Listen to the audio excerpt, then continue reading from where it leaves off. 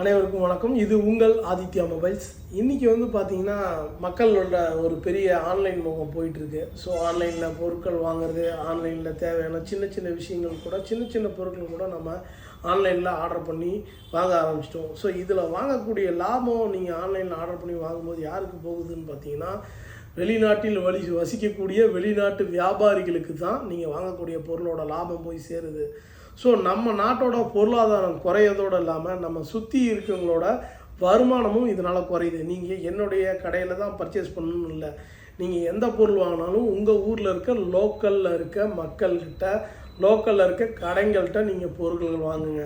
நீங்கள் வாங்கக்கூடிய பொருட்களோட லாபம் உங்கள் ஊரில் வசிக்கக்கூடிய, உங்கள் ஊரில் வாழக்கூடிய உங்கள் வியாபாரிகளுக்கு தான் அந்த லாபம் போகணும்.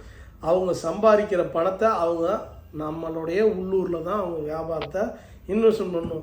வெளியூரில் பல மல்டி செயின் ஸ்டோர் வச்சுருக்கவங்ககிட்ட நீங்கள் பொருள் வாங்கினீங்கன்னா அதில் கிடைக்கக்கூடிய லாபம் யாருக்கு போகுது? அந்த ஊரில் இருக்கிற முதலாளிக்கு போகிறதில்ல. அவர் அந்த பணத்தை வெளியில் வேறு ஒரு ஊரில் தான் இன்வெஸ்ட் பண்ண போகிறார். அதே உங்கள் ஊரில் வசிக்கக்கூடிய உங்கள் ஊரில் இருக்க வியாபாரிகள்கிட்ட நீங்கள் பொருள் வாங்கினீங்கன்னா அது உங்கள் ஊரில் இருக்க வியாபாரிகள்கிட்ட அந்த லாபம் போய் சேரும். அவங்க ஒரு வீடு வாங்கினாலும் அல்லது ஒரு கட்டடம் கட்டினாலும் அல்லது எது பண்ணாலும் உங்களோட சொந்த ஊரில் தான் பண்ண போகிறாரு.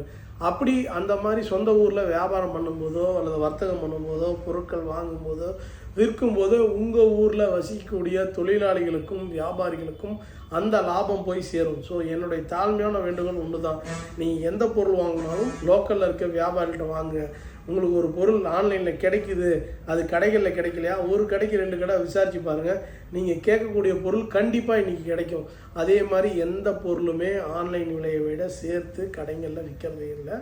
ஸோ கடைக்கு போங்க, கடையில் பொருளை கேளுங்க, இந்த பொருள் இந்த விலைக்கு கிடைக்குமா, நான் ஆன்லைனில் கிடைக்கிது, நீங்கள் எனக்கு பண்ணி கொடுங்கன்னு சொல்லுங்கள். கண்டிப்பாக இன்றைக்கி எல்லா பொருளுமே நேரடியாக கடைகளில் கிடைக்கிது.